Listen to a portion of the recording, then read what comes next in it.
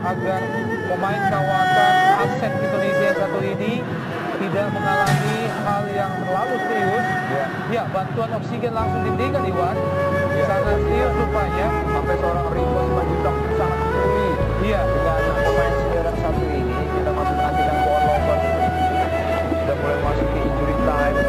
Sempat sadar tadi Muhammad. Iya, betul. Sudah, dan belum akhirnya tadi sempat tidak tersadarkan diri. betul. Dan pada saat di awal masih sadar, memang terlihat di gambar di layar kaca bagaimana Khairul Huda seperti meraba-raba di sebelah kirinya. Iya.